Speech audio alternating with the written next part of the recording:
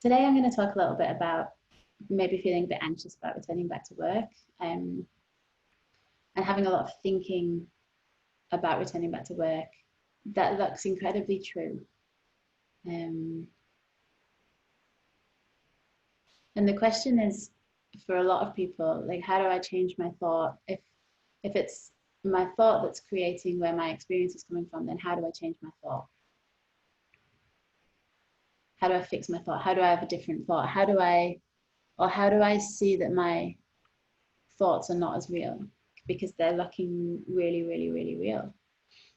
And so the really common question, and a really common experience for a lot of people who start to get a feel for the principles and start to get an understanding of the inside out way that things work, way that our mind works.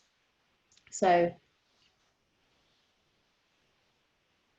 just to backtrack slightly, so it looks to us like we're going back to work and therefore we have a feeling of anxiety or stress or pressure or frustration, whatever that feeling is.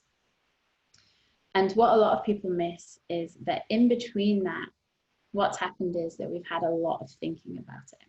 So going back to work, a lot of thinking about going back to work, feeling. And then often because we have that feeling that we maybe don't want to have, that feels uncomfortable for us, we have a ton more thinking about the feeling, about the experience of the thought of going back to work. So we end up having all of these layers of thought, and a lot of meaning gets put on what it means to be going back to work. It's going to be stressful. It's going to be hard. There's a really tricky customer or a boss, or I don't enjoy working with this person, or I'm going to have to commute and I don't want to be on public transport while the virus is still going around. And so whatever it is, whatever our thinking is, it's that's creating our experience and not the going back to work. So that's the first thing to just point out. And then where these questions really come in around, like, if that's true and it's my thoughts that are creating my experience, I don't want to feel anxious. I don't want to feel pressure. I don't want to feel stressed. I don't want to feel scared. I don't want to feel nervous. So if it's my thought that's making all of those feelings happen, then how do I change my thought? How do I have a different thought? How do I have a different feeling? And there's a few things that I want to share, but the first thing that comes up for me is taking a fresh look at this, right? So what I want to say is that, and stick with me on this one, because you might be listening and the yeah buts, or that you might be listening to agree or disagree, and so just stick with me and see where you get to with this. But what I want to say is that way of looking at it, like, how do I change my thought because I want to have a different feeling? You're looking in the wrong direction. Your starting point is off.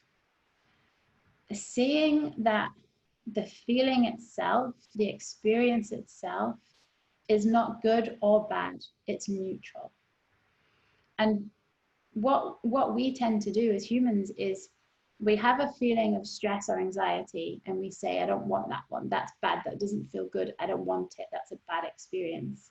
And we have a feeling of excitement or joy or elation and we're like, yeah, I want more of that, that feels good, that's a good experience, I want that. So what we do by creating an idea of good and bad, which is just made up in our minds as to what is good and what is bad, by creating that separation, we go and search for a different feeling. So we get our analytical mind on board. We try and figure out, where's this feeling coming from? What can I do to change the feeling? How do I fix the feeling? But what we don't see is we don't do that with those good feelings, right? And they disappear. So we don't set about trying to fix them or change them. At some point, they just change on their own. Because that's the nature of experience. That's the nature of thought. We have a thought, it creates a feeling, it moves through us. And repeat, like, that's what happens. But when we are alarmed or panicked by something, then we think it's on us to do something about that. So what we end up doing is putting more focus on the thought, more focus on the experience, more focus on our thinking.